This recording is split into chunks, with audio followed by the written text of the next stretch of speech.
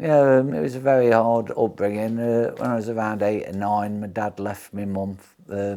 So me and my sister, we didn't have much as kids. But my mum was broke, working 3 jobs. She used to say, "I'm going out tonight. You go to bed, make out you're asleep. I'll wake you up, and I'll go in out to find you a new dad tonight." So she'd come up, shake me, and say, "Come on, come down," whispering. And then we had a dog, Shandy, a golden Labrador. I used to stroke him, fall asleep, and sometimes she might bring a chap back, but not all the time. And then one day she met a chap named Neville, who was quite not a nice bloke actually. And then his trade, he was in the massage parlour trade. He had 2 massage parlours in the city centre. And obviously I was a mischievous child with my cousin, Perry, who's the same age. And because we was always on the scene, they used to give us money to make sure we'd get out of the way. So underneath the massage parlour was an arcade called Space City with slot machines and Space Invaders, etc. Perry was the Space Invader man and I was the slot man. And that's where the nightmare started, on the slots. So as it progressed through the years, I used to not go to school and play truant and go in the arcades all day from, I'd say, 13 to 15. And my mum would give me, and never give me money for shoes. I used to spend that and steal the shoes from Jonathan James. Also haircuts. I used to get my mates to cut my hair for me because I spent it all on slot machines. And then I started helping people on slot machines win the jackpot and asking for them for a cut of the winnings. And then it just progressed into a nightmare of all day in the slot machines and walking home a lot of times from the city centre to my home in Arnold, which is quite a long walk. So that's how it all started, on the slot machines. I met this guy, and I moved to Clifton and started to live with my granddad. And then someone said, "Why don't you try door knocking?" It was knocking on doors selling household products, dusters and ironing board covers. So I started to work for this chap.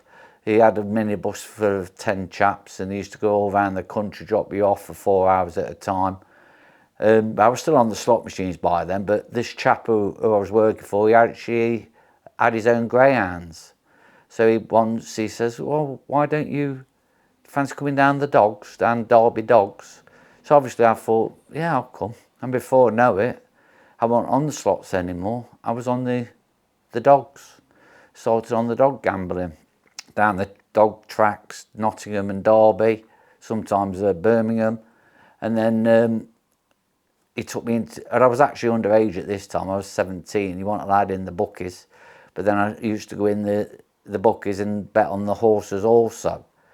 But then it progressed into where everyone who knew me, all my friends, everybody knew that I was a very serious gambler, because I've never had any money to go to the pub. I'd always borrowing money all the time.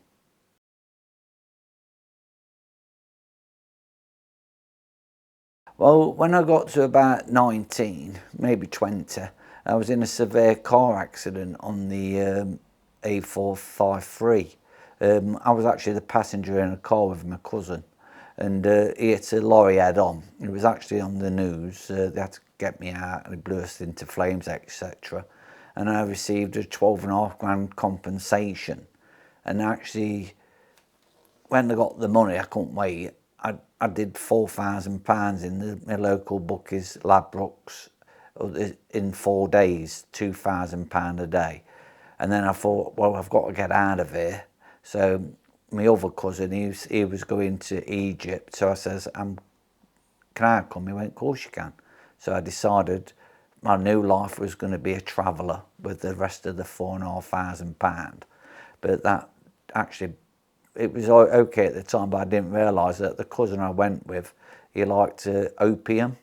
So when we was in Egypt, I didn't see much of him because he was doing his own thing. So, and he actually recommended that that we'd make out we lost us travellers checks and claim the insurance back. So we did this on a Friday, and I was the only one with any travellers checks. And we went to the bank in Cairo, and they says, well, that's a bit of a coincidence because we've had another 6 people in the same hotel lose their money in the same place as you at the pyramids. You'll have to come back next week. So I thought the chips were up because obviously everyone else was doing the same scam. So I came back to the UK, back to me old dusters and tea towels. But this time I progressed. I was the one with the van. When I had me the lads knockers, I picked them all up from their houses. We went away for the week. I dropped them all off on it was called Prop, where they used to knock for 4 hours, and I'd go and do my knocking. But I'm not without exaggerating, I was quite good at it.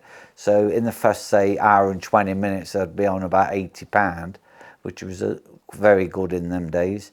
And I'd go straight in the bookies, do the £80. I didn't even buy anything to eat. The gambling would come before food or anything. And then I'd go round to each lad who was working for me. In them days, I want mobiles. It was just drop them off. I'll see you here in 4 hours. And then I'd drive around, find one, and they knew, because they'd been with me that long. They even used to say, "We're not giving you no money, Jan. We're not giving you no money." And then obviously they did 20. I used to like do 20 off one. So you're doing 20 off 20 different, 10 different chaps. It's 200. I was losing, on average, I'd say, and when it actually went to court, they worked out I was doing £1,000 a week and more than that. And then one of the worst times, it was just before Christmas. I mean, there was loads of worse times, but the one I mainly remember, which was like, it was quite upsetting, but I still didn't actually pack in even when this happened. So one Christmas, I said to one of my friends, John, please keep me out. I can't gamble this week, a week before Christmas. I need the money. I've got no Christmas presents, nothing. I kept out for 4 days, and I come back. I had a cash bag. It had mostly 2.5 grand in it with some checks. I kept myself out. I had to go to Long Eaton in Nottingham to pay my van hire because I had a minibus. And I paid it, and driving back through, I thought, I'll just nip in and have a quick bet. Well, I'll only have a quick, and it's nearly shut. In the space of an hour and a half, I'd done the old lot, the old cash bag. All I had left was checks. I didn't even have a penny, nothing. So I was in the minibus, and I thought, I'm going to ram this straight in a brick wall. I was looking at the brick wall. But that's the gambling mentality, or any mentality, because I wasn't thinking of my kids. Like losing your dad at Christmas, they'll never forget it. But you don't think like that. You do after, when you've like sorted your head out. But you're a very selfish person in addiction, which I was. I put my hands up. I'm not the same person now, but I was back in the day. So even when that happened, and I was going to like do myself in, I still didn't stop.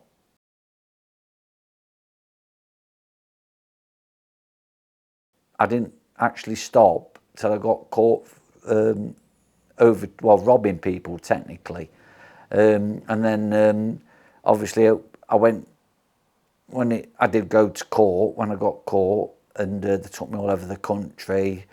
It was a shock, but if I'm being realistic, it was actually a relief because I knew I'd get caught anyway, and I just wanted to stop it. It was cracking me up. Getting up every single day, and all you did was gamble. You want eating. Your fit kids had no food, and my partner, she didn't have an inkling. Well, when I got caught for all the robbing I'd been doing, overcharging all over the country, I tried an hypnotist, that didn't work. And obviously I was still in the gambling in my brain. That's what you have to change, your brain, how your brain works. And I bumped into a chap called Kenny, And he said, "Good Gamblers Anonymous. You never know, it might help." And I thought I'll go and get a letter to stop me going to prison. When I actually went to my first meeting on a Wednesday night, and I hadn't told a single human being, none of my best friends, my partner, anybody what I'd done. And I told 10 blokes in a room, and well, I listened to their therapies, and then they got to me, and when I got it all off my chest, I broke down, and I realised that I actually felt better when I left the room. I got a big weight off my shoulders. And then one of the GA members actually said to me a couple of weeks later, "You're only coming here for a letter." After 9 months, I was at court. They wrote me a letter. And then I went to court, stood up, and it said that GA, Gamblers Anonymous, said I was really good for the group and helping people. And I actually sold my house, which was run down, as I says, I didn't do out to it. And I paid all the people I got caught back every penny what I got caught for. And even in the court, they said, "Well, what about all the materials? We've still got all that." I said, "They can keep it." And I paid over £8,000 back. But my partner at the time, she didn't know nothing. It was her house as well as mine. She had no food, and then she found out I'd done this money. She wasn't very happy, wasn't happy at all. So they advised me, Gamblers Anonymous, to get a hobby, which I'd become, started playing football in my late 30s. And they also recommended that I packed up doing the door knocking and get a proper job, so I wouldn't have cash in hand anymore. So I decided I'd go and work at a pizza factory in Nottingham, making pizzas, but I didn't actually get the job as making pizzas. I got the job sweeping floors for 8 hours a day, flour. So from earning £1.5 a week, I was coming out with £160 a week with 2 kids and a mortgage, with an house with nothing done. So I was like back to square one, skint with nothing, but I was happier.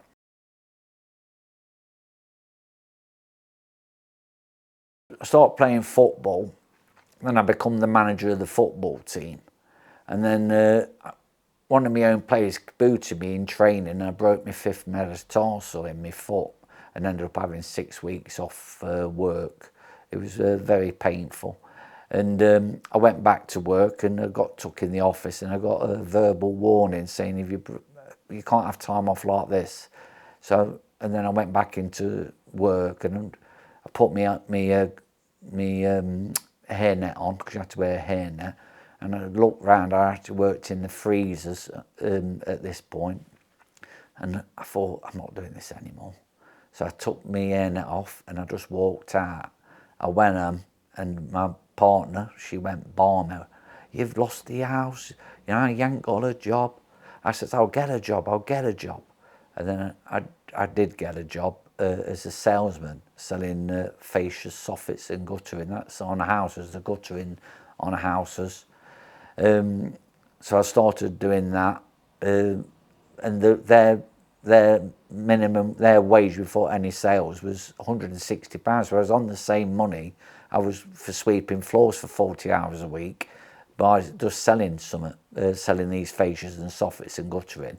But after over 3 months, I didn't even have one sale. I was getting like bad leads. In other words, I was getting people who didn't want really that interested. I didn't sell anything. I wasn't one of their main salesmen in the branch.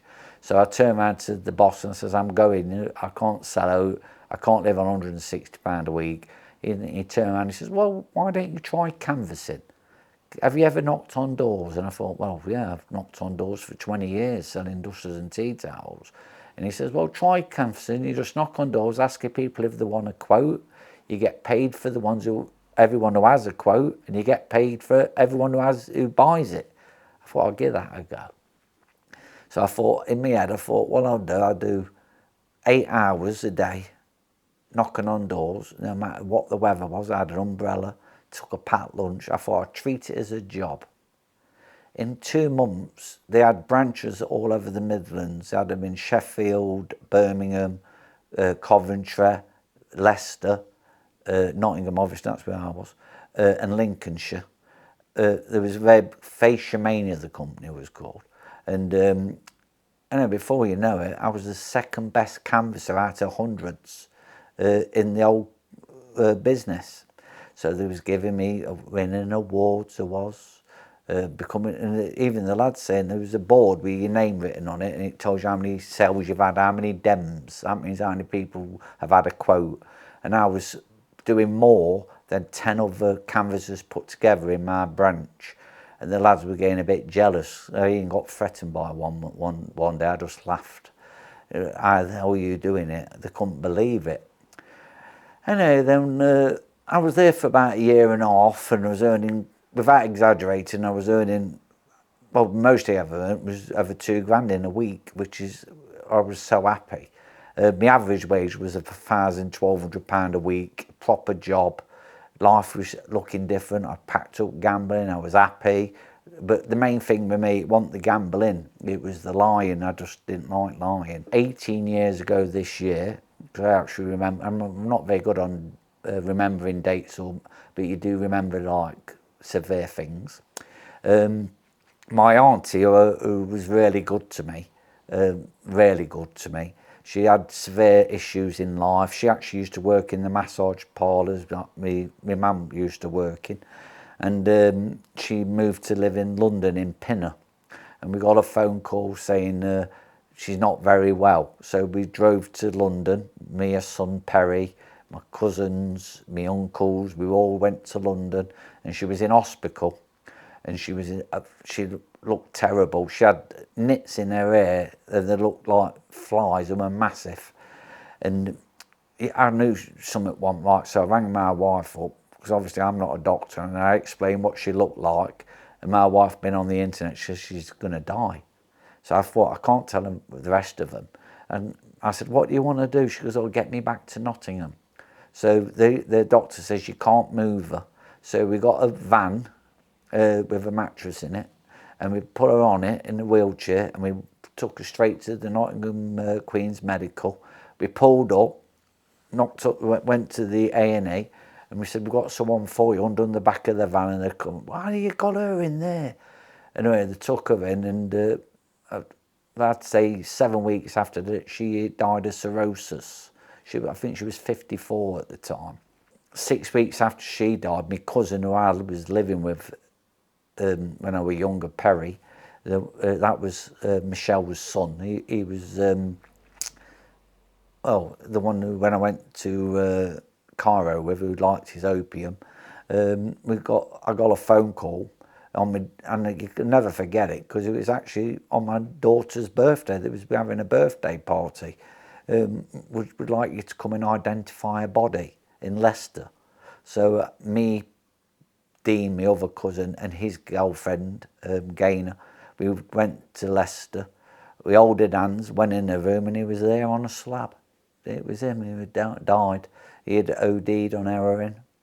So, and I was still going to work after this. And then this is quite, 2 months after that, my mum rang me up. And I was still working, but my head wasn't right. Obviously, because Perry had to do all his funeral, so I'm not into. I had to do everything with the funeral. I had to go, because he died of heroin. They didn't bury him for about 3.5 months, and they rang me up the funeral parlour and says, we don't recommend anyone coming and see me. Don't look too good, but you'll have to come and have a look yourself. So I went in. He had moss growing on his face and that, because he'd been in the fridge for quite a while. So I told all my family, well, my mum's side of the family, who were a bit all crazy, that I wouldn't go and see him. And even to this day, because one of my aunties says, well, I want to see him, so they all went in. And to this day, they all said they wish that they would have listened to me, because they remember him, what he looked like, instead of remembering the person he was. Anyway, my mum rang me. She goes, I've got something to tell you. She says, I forged my partner's signature, and I've been gambling on slot machines. I thought, you what? She said, I'm £15,000 in debt. I says, Mum, why you done this? She goes, I've been up JB's and I've been drawing it out, forged his signature. She says, I don't know what to do. And after her sisters died and a family members' funerals, etc. So because of Gamblers Anonymous, I sat down, spoke to her, says, you've got to tell your partner, ma'am, you've got to be straight up.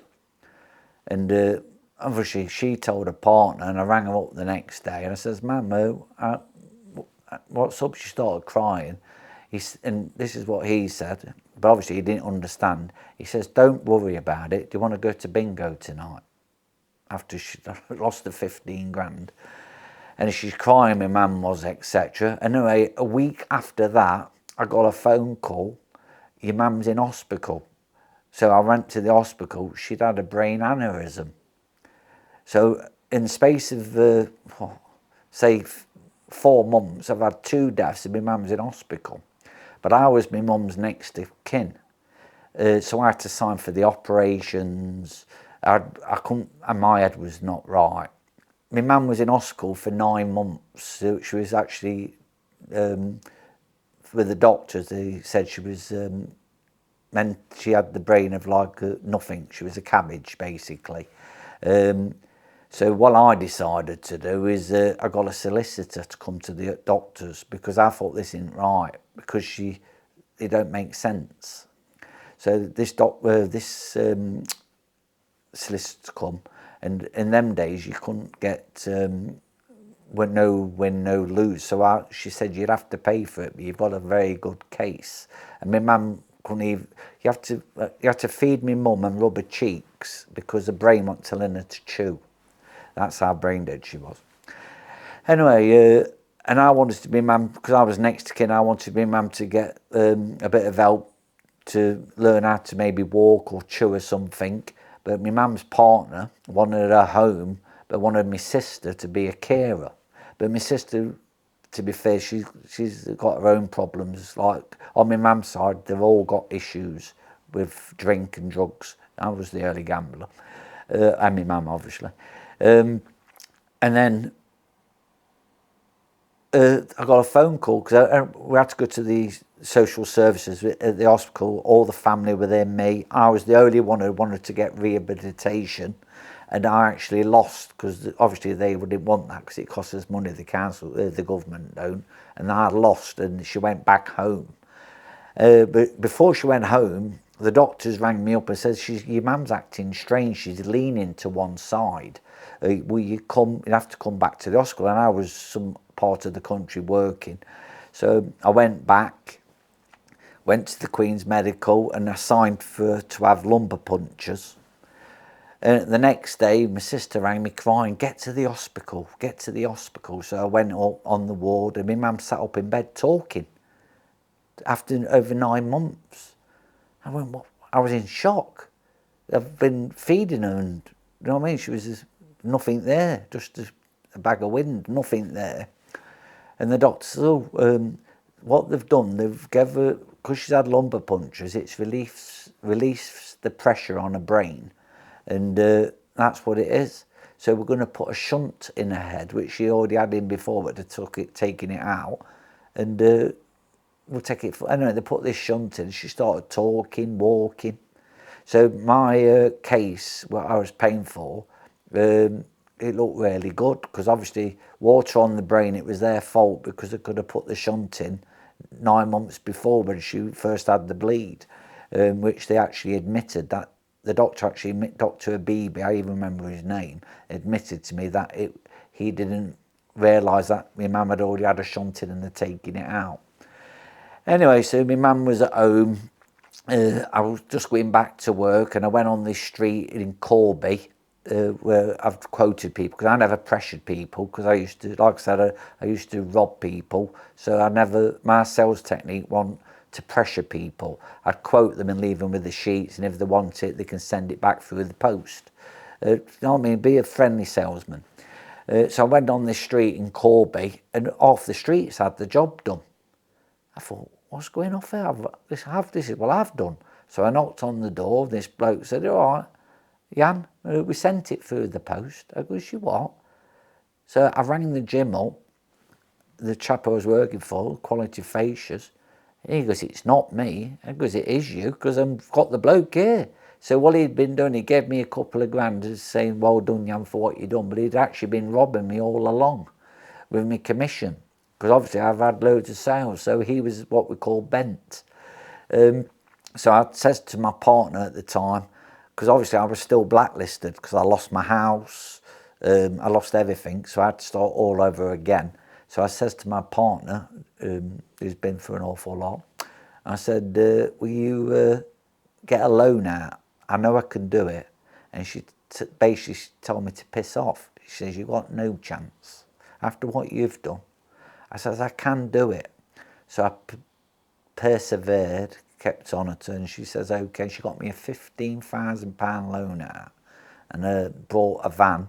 I didn't have a company name by then, but my friend Mick, who's a very good friend of mine, he says, why don't you Trent Valley, you live in the River Trent, call it Trent Valley. So I did, called it Trent Valley Facias.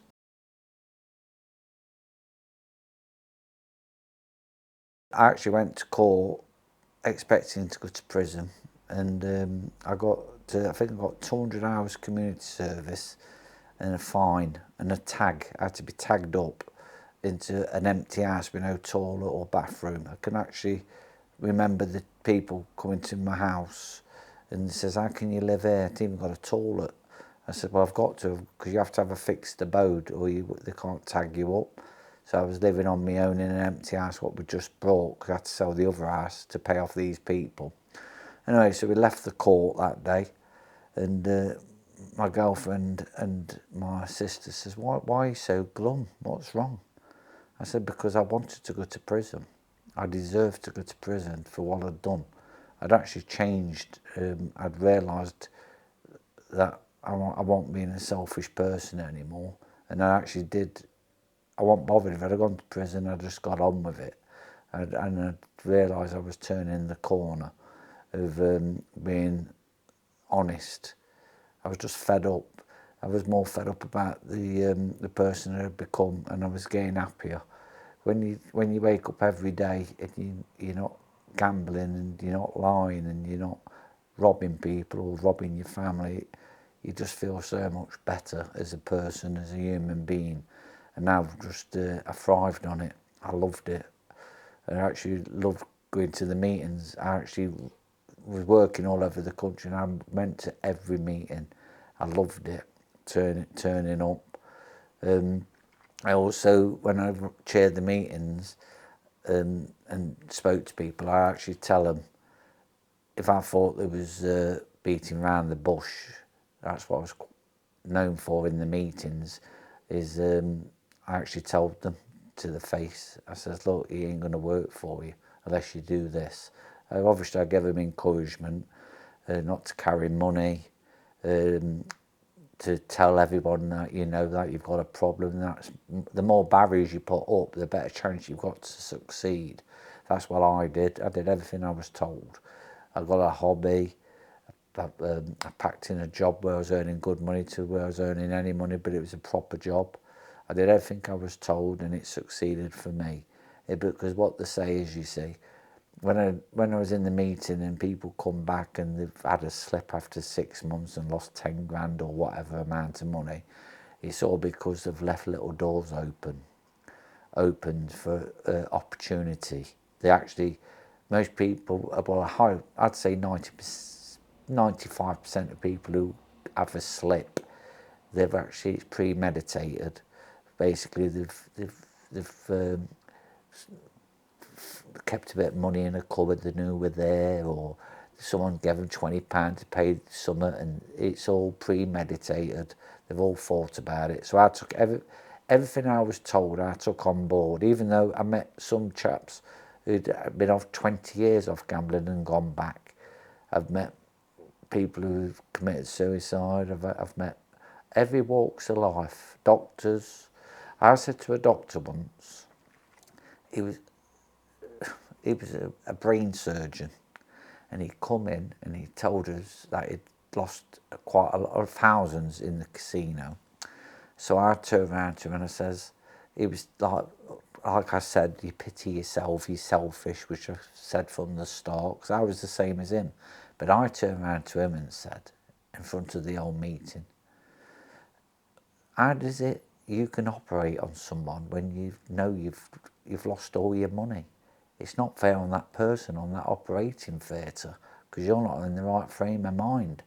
But he wasn't thinking like that, but I told him straight out what I thought, because it makes you think. I mean, I wouldn't want someone operating on me who's just lost 5 or 10 grand that day in a casino.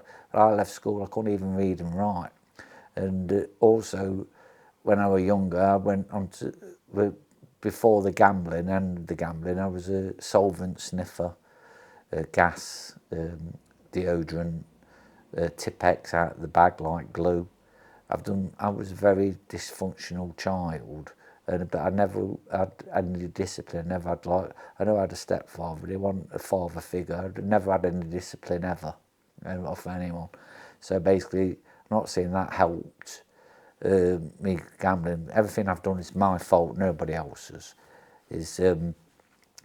But when you become an adult, then you realise, well, maybe if I would have had someone there, it might have helped a bit better. But you never know in hindsight whether that's real or not, because you never can say it. What if? At the end of the day, I did everything myself. I robbed them people. I lost everything. I did that. It's no one else's fault but my fault. So and I take that on board from the meetings, listening to people. I know it's bizarre, sat in a room listening to a bunch of strangers, all from all walks of life, and you don't seem to the following week. You don't know nothing about them. They'll just come and tell you their little stories of what they've done, because you think what you've done's bad. For someone to walk through that door, what's done something even worse. And not everyone in the meeting are actually, they've got other issues with other issues like mental health, because but to be put it blunt, there's actually some nutty people who come to the meetings, and you know that it's not going to help them. So I've witnessed all sorts, but there is a small percent who it helps, and they're still going. I know they are, and I wish them all the best. I wish anyone the best who make that step, who just go through the door. I don't honestly believe that you can control anything if you're addicted to it. If he was an alcoholic and they said, well, if, say for instance, Shipston's or a brewery says, we'll teach you to just have 1 pint a day, it don't work. Gamblers and GamKit and all these gam organisations trying to make you control it. It's a lie. They don't want you to pack it, because obviously you're giving your house to them and your life to them. That's what they want. What I was told, and I know this, is they know the flashing lights. It's all built to make for compulsive. Because everyone I met at the meeting, they all said one thing. It was like you was an hamster on the hamster wheel. You can't get off it. You're just on it. You're on it, and you say you're not going to go on it again, and you're on it, and you can't get off. It's a living nightmare. I become the black sheep of the family. I didn't get invited, all my own kids, to any family dues or anything. My kids, even to this day, I've never had a Christmas card or a birthday card off my sister or my mother to this day. So you're talking, 23 years. I did actually go to my sister's wedding, even though I hadn't spoke to her for 10 years. My wife begged me to go, so I went just before Christmas 2013. And I went, and obviously I didn't have a drink, I just went, and then we left. And then the calling started again. Basically, I wish my sister all the best, and I wish all my family members all the best, but let them get on with their life. That's one thing I've learned from this experience, is some people are lost until they're ready to change. That's entirely up to them. I'm changed, and I'm the happiest I've ever been.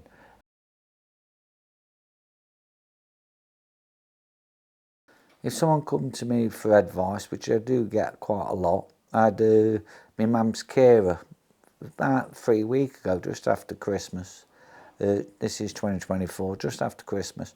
She broke down. My mum's partner says she's got something to ask you. She goes, I get paid monthly. This is a carer who changes my mum, baths my mum, washes my mum down. Every month she does all the money straight in the slot machines. And I says, you what? So you look after my mum, do all that, and you do all that money in one day? She goes, yeah, I'm in debt with debt collectors, my cards, credit cards. So I says to her, your credit cards, cut them up. She goes, what? I said, if you've got no money, you can't gamble. If you're not going to go to any help, you've asked for my advice, cut your cards up. Say to your husband or your kids, give me a £5 a day just to get some sandwich, or take some sandwiches. Don't take any money out. Fill your car up with petrol, so you got no excuses. Because the old saying is, if you leave little doors open, you'll go back. So if you fill your car up with petrol, take a packed lunch. If you smoke, buy some fags at the start of the week to last you. So you've got no money, you can't gamble. If you've got no ammunition, you can't gamble. But I said, but why are you telling me? I've really seen you twice in my entire life. You've been caring for my mum a while, and you're telling me. Don't you think you're telling your husband? Because if you're telling me, I bet they already know. Do they know? And she says, no. I says, well, how long has this been going on? She goes, over 5 years. I said, well, what about holidays and clothes and that? She goes, I don't go on holiday. Have you got any kids? I've got 2 kids, but they're old kids. I said, well, they must know. They must know. No, they don't know. I said, well, are you happy? And she started crying in front of me. My mum's not very well now because she had the bleed. This is 18 years ago, so my mum's actually in a wheelchair now. Started crying and that, and I said, look, if you want a genuine pack-in, you've got to go to Gamblers Anonymous. It's the only thing that'll help you. And then, anyway, about a week ago, I seen her, and she told me this few weeks. I said, how you doing? She goes, I'm still gambling, but not as much, which I already guessed anyway, because I've seen this all before. So she didn't listen to, so a woman's broke down in front of me, cried, told me all the problems, which she hadn't even told her own husband or her own kids, and told a complete stranger, me, and she hadn't done any of the advice I told her. She says she's not doing it as bad, because what'll happen is she'll go as worse as she was before. Because what happens is with the gambling, you see, all the money that you stop gambling, once you go back, you lose it all anyway. So basically, it's a no-brainer. She should have just gone to the meeting or just cut the cards up, but obviously get another few months, so I'll see her again. She'll mostly cry at me again, make me feel a bit better, but I'll just tell her straight. That's one thing with me, I don't beat around the bush. I just tell people straight. I actually told her, you ain't got much chance of packing in if you've stepped over the line of compulsive. You might be a drinker, you're getting high off alcohol, drugs, you're getting high off drugs, but gambling, you're not eating, you're not paying your bills, but you're not getting high off nothing, because even if you won, you're getting them all back. You can't, it don't make sense. I mean, the class is a mental illness in the meeting, but at the end of the day, when I sat in that room, giving me therapies and talking to people, because I was very straight, I got very confident. That's why most probably I was being asked to be the secretary, which I did for 10 years, because I was chairing the meetings, and if anyone was not being truthful or trying to, as an example, we had people whose family were bailing them out £80,000, and I was telling them, you shouldn't be doing this. You shouldn't be. Your mum's going to have no money left, and because you're bailing them out, you're playing on a good nature. You have all different stories, but one story what got me the most out of all this, which I realised it actually hurt me, because it did. We had this guy come from another part of the country because he didn't want no one to know that he where he lived, that he was going to Gamblers Anonymous. But I was losing thousands a week, he was losing 20 to 30 pound a week, but it wasn't the money. He confessed to us he was in a relationship with another guy, none of his family knew, and he loved this person and he just hated lying to this person.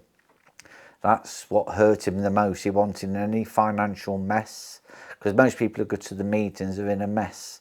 He wasn't. He just hated himself for lying to his partner. Anyway, after 3 months, you see the people that come to the meetings, they're getting confident, they're standing up, they're cheering the meetings. He was a really nice chap. And then after 3 months, there was an old couple outside. I was coming out my car with my briefcase, and I went, "Hello, are you Jan?" I went, "Yes." And where's so-and-so's mum and dad? He jumped off a multi-storey car park at the weekend. We'd just like to say thank you for everything. He told us all about you. And that was for 20 or 30 pounds, because he was fed up of lying, whereby he could have just picked up the phone and rang somebody, and and that might have saved his life, because it wasn't about the money, it was the lying. So that makes you think that, in my own experience, the lying, it was for me as well. Nothing to do with the money.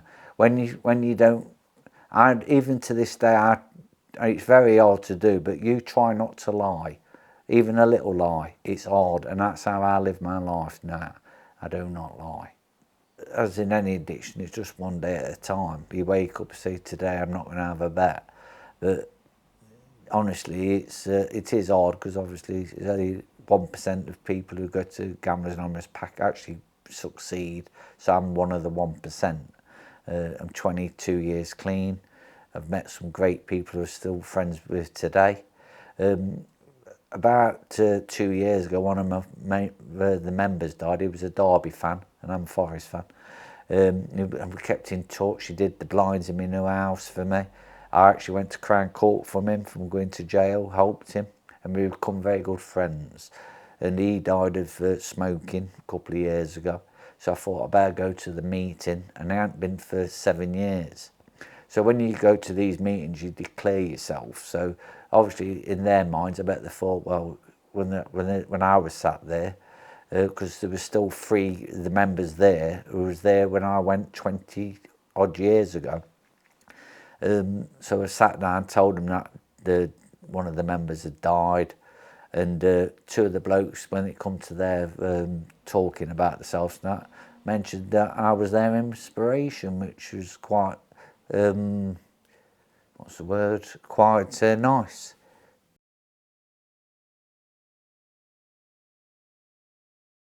I'm getting old now. I'm 55. I've even started jogging. I've been a football manager. I've got loads of friends who we don't talk about like gambling or out, because none of my mates do drugs, or they might have a bet, but I don't preach to them. It's because they don't gamble. They ain't got a problem with it, so they don't do it in front of me either. So basically, they do my respect. So I'm just living a normal life with friends. Well, Mickey's been my friend almost since I was about 14, and he works for me now. It was his idea actually to do the way I do the job, because when I started up my company, Trent Valley Facias, but that was Mick's idea. I used to do the job wrong. I did 3 jobs in Milton Keynes. The council rang me up, and I've never done a hard day's work in my life. I just talk a lot. So I said to Mick, he wasn't working for me. I said, Mick, will you come with me? I don't know what to say. So I took him with me to Milton Keynes. He come up with this new idea how to do this job, because I specialise in removing concrete guttering in the 1960s. And we've done that ever since. And since that, I work for councils all over the UK. All my men are insured. I do the job properly. I even just done a job for the London Zoo, and I'm based in Nottingham. I'm doing quite well, but I just take one day at a time. Like I was taught with a meeting, and I'm very humble when I go on holidays with the wife. If it's a weekend or if it's a month, I don't take my phone. I decided to give my wife 100% me, and she's exactly the same, to be honest. So we go out and we do a lot of walking. I think that walking and talking. But I don't talk about gambling because I think she's had enough of that. So we just talk about the grandkids and how nice the day is, which I never thought that'd happen.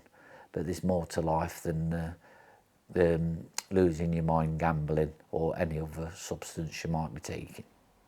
The only selfish thing I'm doing now is looking after myself, which I don't believe is selfish, because at the end of the day, it's when you got that mentality to where, I mean, if you'd have said to me many years ago I'd be going jogging, which I'm doing now, and I'm like a totally different person. I'm actually happy, which money can't buy that. I mean, don't get me wrong, I'm financially all right with money, but I'm more happy of being happy, seeing my grandchildren's faces, taking them on holidays, with my two daughters as well. We all go on family holidays. You can't beat that. I mean, nothing can beat that. Friendship or your own family is the key for me, because at the end of the day, and my word, my kids, everything I'm telling you, I've told my own kids. They know every part of my story, and they're proud of me because I've come out the other way, which is very difficult to do. But to be fair, I'm not showing off, but I'm doing financially. I could retire tomorrow, and I want to be fair, because I've had enough of working. I don't want to work till I'm a pensioner. I want to live my life, because I do believe life's for living, not for working. Which I know people who talk about work all the time. They go out. I've got my own business, but when I go out, I don't even talk about it. And like I said earlier, I don't even take my phone out. It's a shut off for me. Then come Monday, I go back to work. I've been like that for 6 years, I'd say. I've been like that. Nice holidays, go out with my mates. I still associate with my friends. Go out, go to. I'm a Nottingham Forest fan. I go to home and away games. I'm like a different person.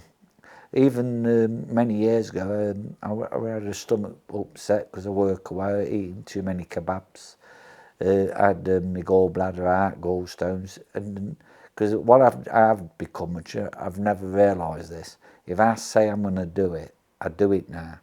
I know people say things and talk the talk, but I talk the talk and talk the walk.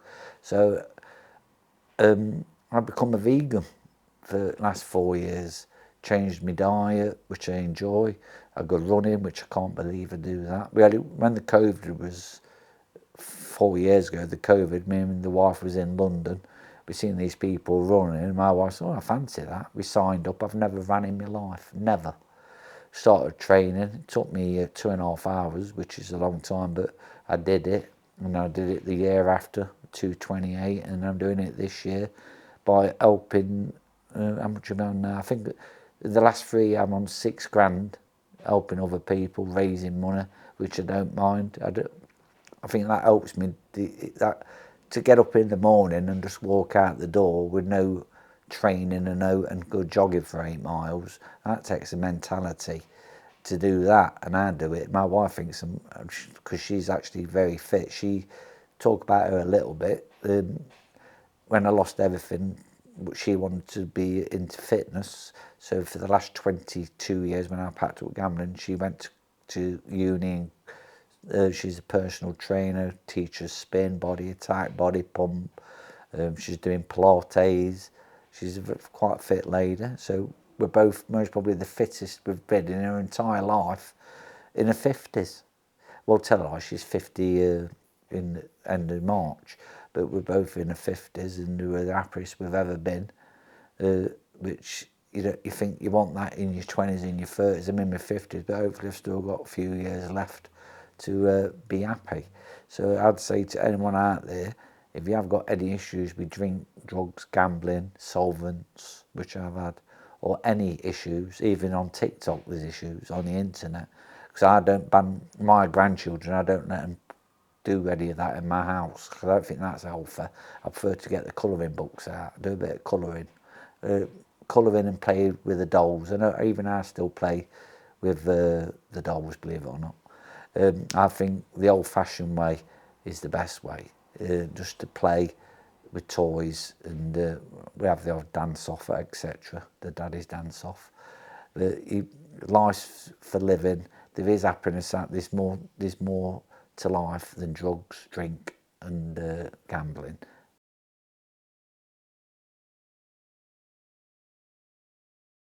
Well, many years ago, I think it was 13 years ago, I had a bit of money in the company account. Well, I don't know how companies run. Like I said, I'm dyslexic. I can't read and write. I'm good at maths a bit, but I'm not brilliant.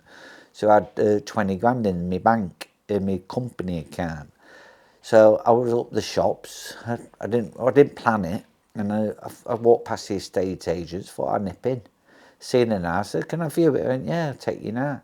So it was on for 70,000, and I thought of 20. So I said, "I'll get a mortgage," because obviously my blacklist had gone. I went home to the wife. I said, "Oh, I've just bought an house."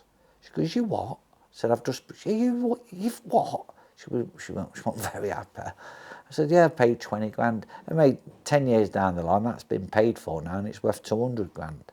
So I did something right there. I also bought another house, which I went horse with my friend. I actually,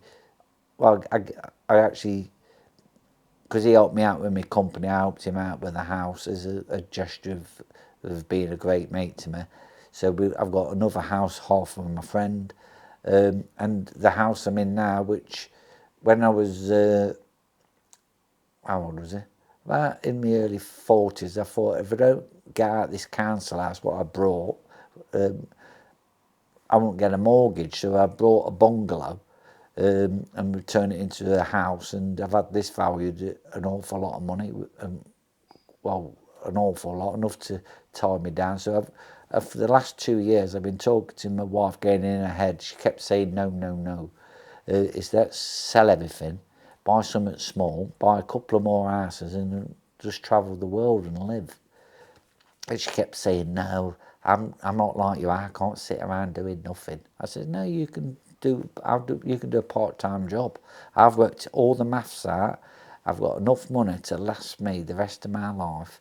Buy something small, sell everything, or buy another two houses. Whatever you want to do, we can live the rest of our life and give the kids something.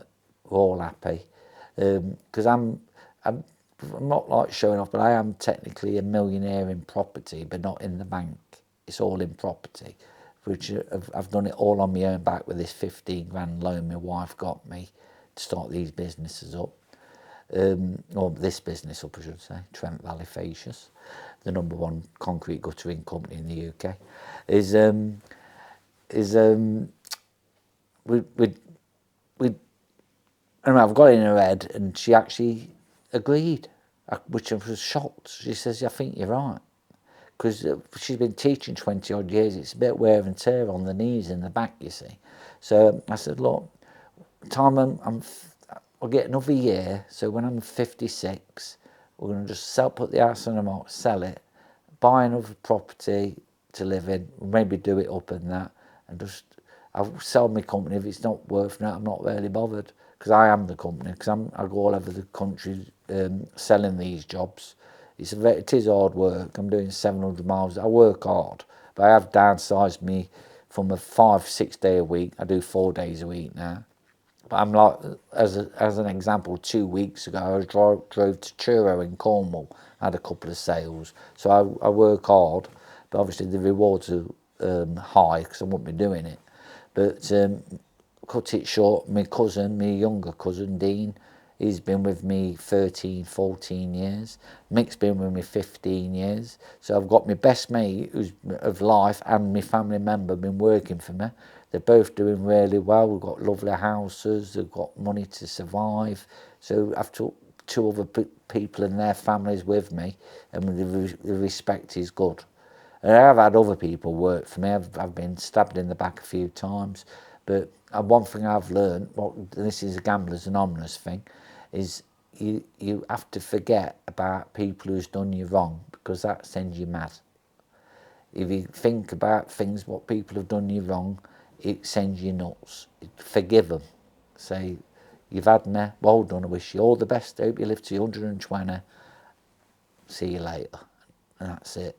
If you got any grudges on someone, I've learned that, and it's hard to learn. It's hard to let people who's done you wrong and forgive them. But I assure you, once you do, they're out your head, and if you're in your head, it's not nice. So, and that's all learned from going to these meetings. It changes you out. To be fair, it turns you from, I'll be honest, from a proper twat into a man. I'm a man now, and most probably in the right frame of mind. What I wanted when I was gambling, I thought I wanted to win everything to become a man, but then in reality, you can't win anything to become a man. You work hard, become a father, teach your kids about the worth ethics of life, and then everything will come to you. You don't win. You can't win a happy life. Because I've got friends who spend an awful lot of money on the lottery. I've met people was doing £100 a day on scratch cards. I've seen it all. You can't, if you're going to win the lottery. I mean, I would never do the lottery. My wife has never done it. She hates gambling. Obviously, she's never gambled on ever. But I honestly believe if you go in the shop, you buy one lottery ticket. If you're going to win, that's how you're going to win. Not buying £100 a week on it. It don't work like that. That's what I believe. And so just honesty, being honest. The most thing is not honesty to others, it's honesty to yourself. And if you're honest to yourself, your life will be great. That's what I 100% believe.